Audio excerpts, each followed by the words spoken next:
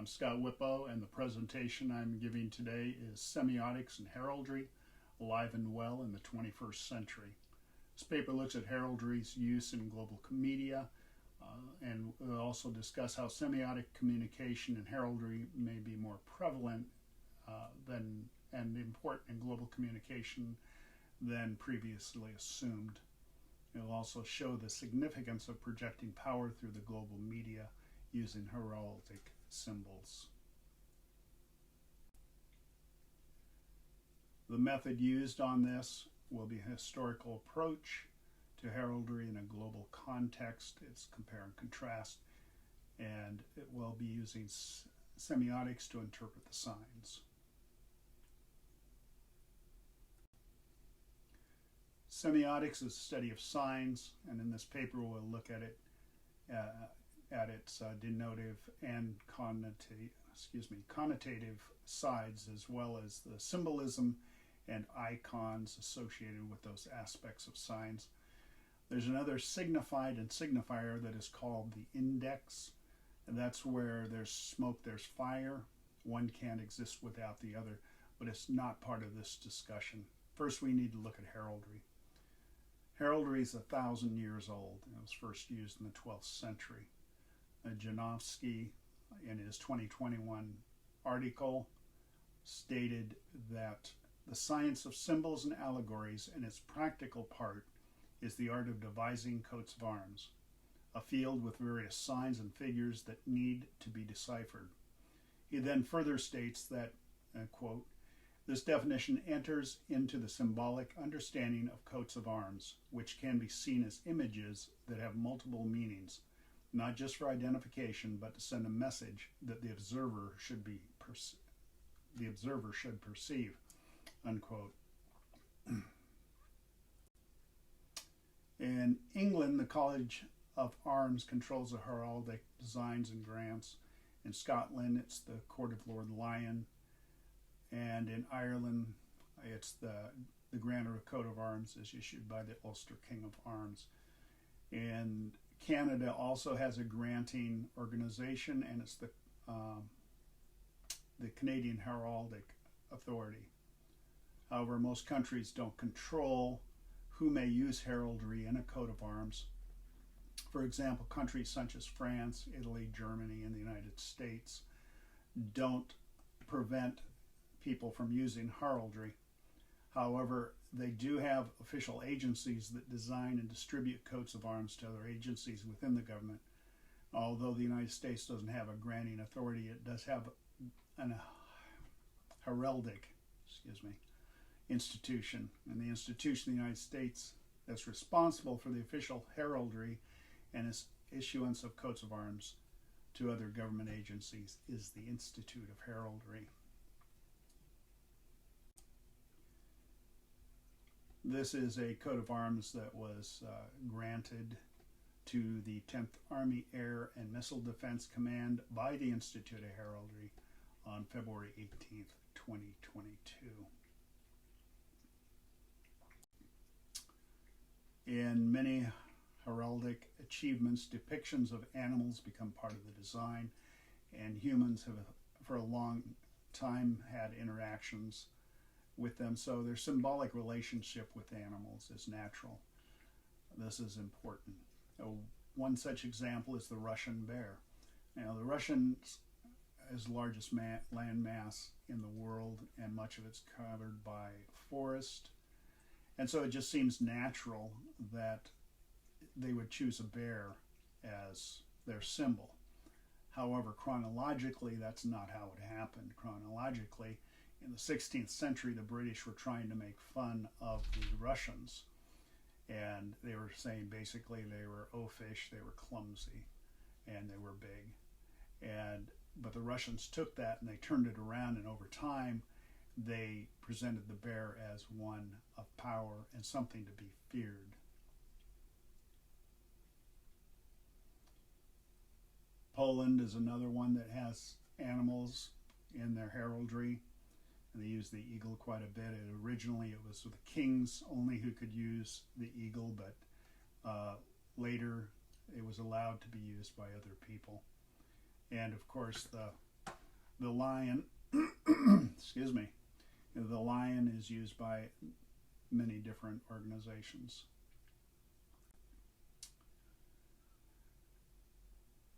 Heraldry has also been used in protest. For example, according to Rianto in 2006, the Finnish post office started issuing a postage stamp in 1856. However, the stamps used depicted the heraldic references to Finland, and the stamps were symbolic because the use of stamps was just starting in other countries. This modern way of moving mail implied excuse me, a sense of national pride in innovative methods.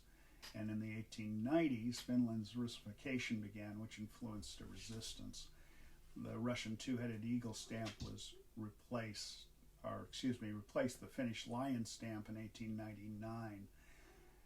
And in an act of defiance, the Finnish resistance published an unofficial protest stamp called the Morning Stamp, which featured a lion on a shield surrounded by black. They placed the Morning Stamp in the upper right-hand corner of the envelope, and the official Russian stamp somewhere else on the envelope, kind of in a secondary position. And the placement of the Russian stamp in a secondary position was connotative of the low esteem which the Finns placed on the Russian Empire. Heraldry has also been used in propaganda. Propaganda is usually thought of as speech or writing. However, propaganda comes in many forms. One of the most effective is visual. Before mass media, banners, flags, and seals dominated the extension of international boundaries. Sometimes the achievements not only conveyed the power of the individual, but contained the individual's aspirations. And perhaps the most famous or infamous use of this method was Hitler's Third Reich. Now, the Third Reich took a standard device and changed them into recognizable symbols associated with power and terror. For example, the swastika, which saw various religious uses over the centuries, which was used as good luck. It was reversed by the Nazis. And likewise, the eagle, which had been representative of Germany prior to the Third Reich, was changed from its wings pointing down to the wings pointing out. And 77 years later, these modifications are still strongly associated with hate and nationalism at its worst. The blazon, or the description of the Great Seal of the United States, was written by Charles Thompson and adopted by Congress in 1782. And the following explanation of the several parts was given by Thompson.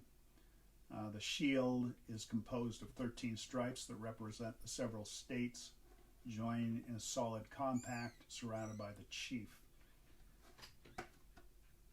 And the eagle, it's on the breast of the eagle. The eagle has olive branch in one claw and clutches the arrows in the second. Over the eagle is a constellation surrounded by clouds. So the motto on this is E pluribus unum on the obverse, and on the reverse it is Anut Copetis. I think I said that right. And it alludes to Providence favoring the American cause. Also, if you will note here, the pyramid is incomplete, but it denotes strength, and it's overseen by the eye of God.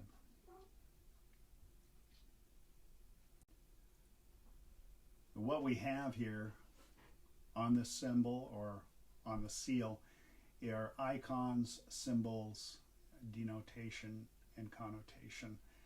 Let's start with the icons. Most of this on the obverse, which is the front, it contains the eagle, the arrows, the olive branch, the constellation, the stars. those are all icons, and they're icons because they actually look like the items they're supposed to look like, whereas the the breastplate on the eagle is actually a coat of arms, and that's a symbol because the red and white stripes represent each of the 13 colonies. They don't look like colonies, but each stripe represents one colony. They're also denotive. Sorry, I can't talk tonight. Anyhow, they're denotive of what they represent or what they look like here. And the connotation, the arrows represent war, the olive branch represents peace. So that's the connotation. And overall, it gives a message of power. But besides that, we also see the coat of arms in iconic and symbolic manners on the presidential coats of arms. At least 20 of our presidents have had personal coats of arms. Here you see George Washington's, who was inherited, and Bill Clinton's, who was granted by Ireland. Also, Trump he doesn't have a personal coat of arms, but he does have 2 corporate coats of arms, and one of them is for his golf course in Scotland. Other presidents that have their own personal coats of arms were such presidents as Eisenhower and Kennedy. It's interesting to note that on Washington's coat of arms, there is achievement. The crest, which is the top part, which has the crown and the blackbird on it. That particular symbol is used on a number of different military units as shoulder patches.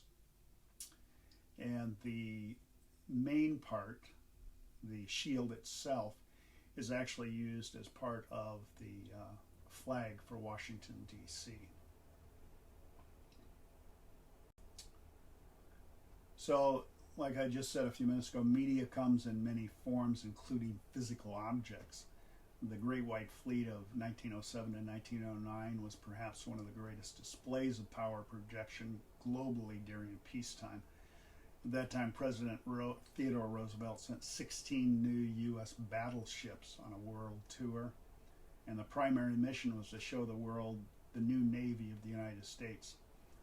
The denotation was the battleships with the heraldic U.S. seal displayed prominently on the bow of each battleship, and the connotation was the seal's representation of great military and economic power. Not only could the United States produce these first-rate ships of the line, but the U.S. could also afford to send them around the world on a goodwill tour. Actually, it was a projection of power. He was trying to show the world that the U.S. did have power to back up what it said.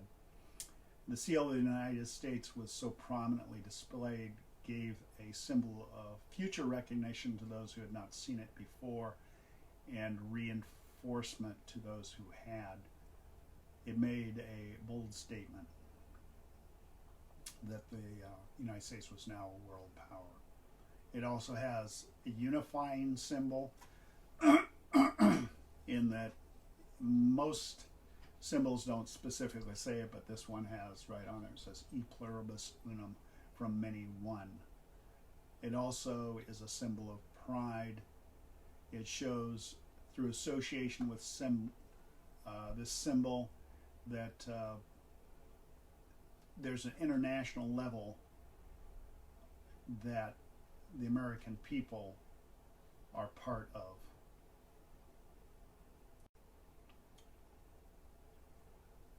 It's also shown in international sports, which are often seen on television, and the national signs are used to unify the nations and create pride. For example, in the Winter Olympics of 2022, The scores for the downhill ski racing were posted on TV screen with the national flag of each contestant displayed before their name. And in addition, some of the flags, such as those of Croatia and Slovakia, which you see here, also displayed the coat of arms on the flag. Many of the teams also used the coat of arms directly on their outfits, as you can see here, although this wasn't the 2022 Olympics where the Russians were wearing theirs. They had to use the Olympic symbol.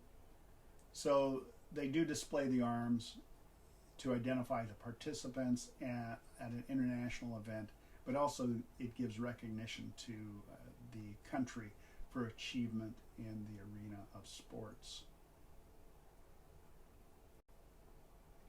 Another way of displaying the heraldic symbol of a nation is through international relief to other countries. This sends the message that a country is not only concerned about other people, but this sends the message that it also has the ability to send extra materials and food which they don't need. So it's showing that they have more than, say, other countries.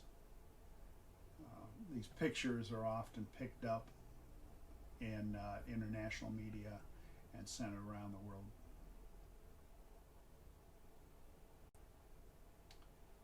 Presidential speeches are often given from a podium, and in many cases the podium displays the presidential seal.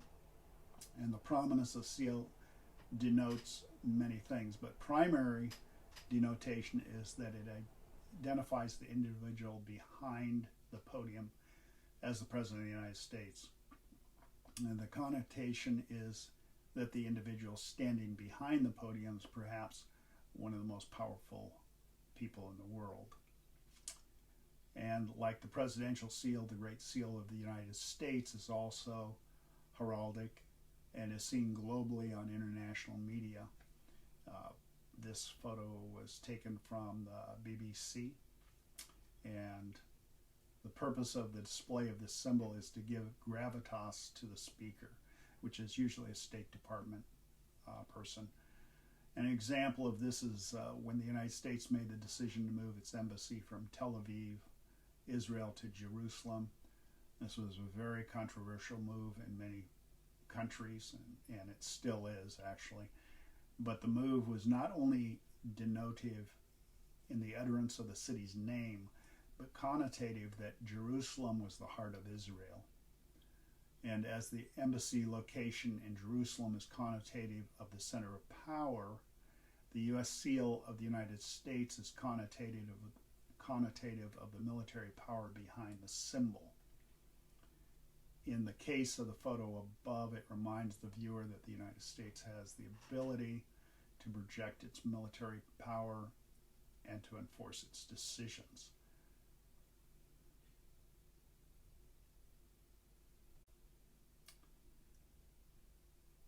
Although many people think that heraldry is an antiquated method of showing identity, power, and achievement, I think the evidence shows otherwise.